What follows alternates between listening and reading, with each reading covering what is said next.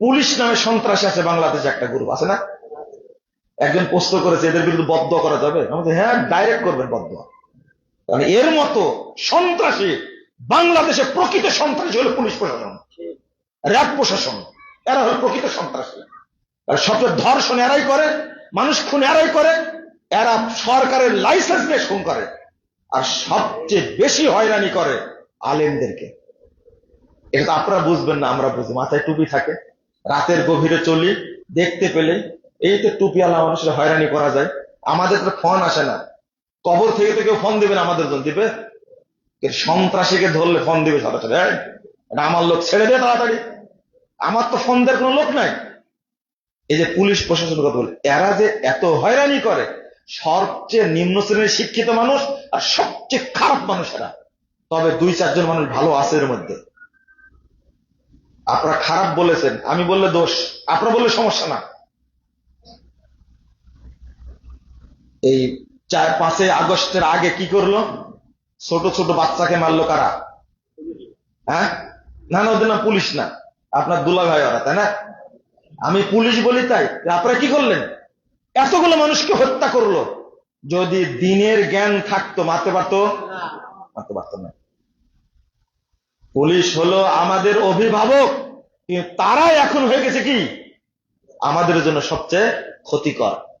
এরা কোন জায়গায় আপনি ঠিক থাকতে দিবেন, সবচেয়ে অত্যাচার করে আলেমদেরকে। ব্যাগে বোমা আছে, কি আছে? ব্যাগে বোমা আছে। বাংলাদেশের সবচেয়ে বড় চোরকে বলে স্যার, বলে না? খালি বিমান মধ্যে ঢুকলে ভাই দেখবেন কতজন তার পিছনে, কে চা দিবে, কে বাতাস দিবে, কে নিয়ে যাবে, হিসাব নাই। অথচ সবচেয়ে বড় চোর। আর একজন ভালো মানুষ বিমান করে ঢুকলে ব্যাগের মধ্যে বোমা আছে মনে হয়, অস্ত্র আছে মনে হয়, পিস্তল আছে মনে হয়, এগুলো ব্যাগ পত্র খুলে তারা নাস্তি করে দেবে একবারে। আপনি যাচ্ছেন সৌদি আরবে, আপনি যাচ্ছেন মালদ্বীপে, আপনি দুবাই যাচ্ছেন, অবস্থা কি হতে পারে? কিন্তু তাই বলে কি আমি দাড়ি কেটে ফেলবো? কি কেটে ফেলবো? আমি কি শার্ট প্যান্ট পরবো? ওর চেয়ে কি কম শিক্ষিত আমি? বুঝেননি কথা? ওর চেয়ে কি কম শিক্ষিত আমি? ওর সার্টিফিকেট দেখেন, আমার সার্টিফিকেট দেখেন।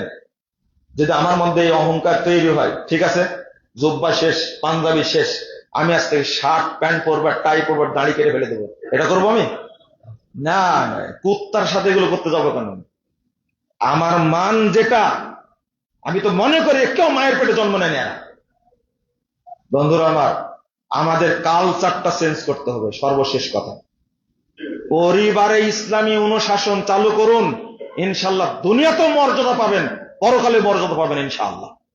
আপনি আপনার ছেলেকে ইঞ্জিনিয়ার বানান, আমার কোনো আপত্তি নাই, ডাক্তার বানান, আপত্তি নাই, কিন্তু আপনাকে ইসলামী শিক্ষা দিতে হবে। মনে থাকবে, ডাক্তার জাকির নায়কের মতো বানান, ডাক্তার বেলাল ফিলিপসের মতো বানান, আমার আপত্তি নাই। একজন অর্থনীতিবিদ যদি অমুসলিম হওয়ার পরে অর্থনীতিবিদ যদি মদিনা বিশ্ববিদ্যালয়ে গিয়ে অনার্স মাস্টার্স করে পৃথিবীর শ্রেষ্ঠ দায়ী হতে পারে, আপনার ছেলে পারবে না হতে? অবশ্যই পারবে, অবশ্যই পারবে।